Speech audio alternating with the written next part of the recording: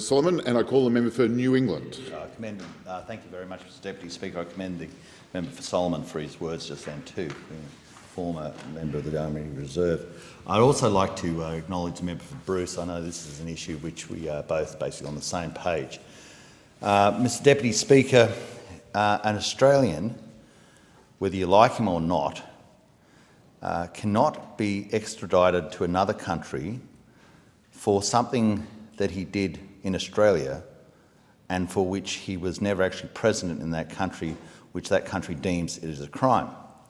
The United States wants to extradite Julian Assange from England to the United States for what they deem is an affront to United States law, but the point being he was in Australia, it was not an affront to an Australian law, and he committed no crime in Australia.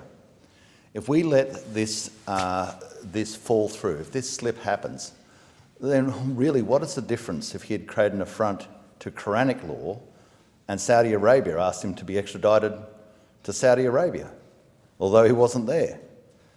Our nation has reason to exist by many things, but of course primarily by reflecting its sovereignty. And sovereignty means, whether you like them or not, Australians are guided by Australian rules for crimes or otherwise that are committed in Australia. Now, presently, Mr Assange, who I imagine if I met, I probably wouldn't like. But that is not the issue. The issue is, like it was with Mr Hicks, it's about law, and it's about the process of law, and it's about whether we respect it, or whether at times time comes where we put it aside because it's convenient or embarrassing. And that makes us lesser of a nation. Now, Mr Assange is currently in England. The United States is making a very strong case for his extradition to the United States, for which he will go to jail forever, 175 years, and in maximum security, and basically he'll be bereft of any real connection to a proper trial, which would be ridiculous in any case because he was never in their country when they proposed he committed a crime. If anything, he's also a person who's won a Walkley Award.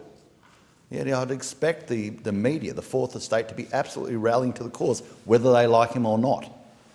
Now, this is an issue which the Australians at the highest level, and I call on Minister Payne and I call on the Attorney General to do their very best efforts in making sure that the sovereignty of our nation, the truth of our nation, the whole mechanism and reason for our nation is respected by reason of an Australian citizen not being extradited to a third country.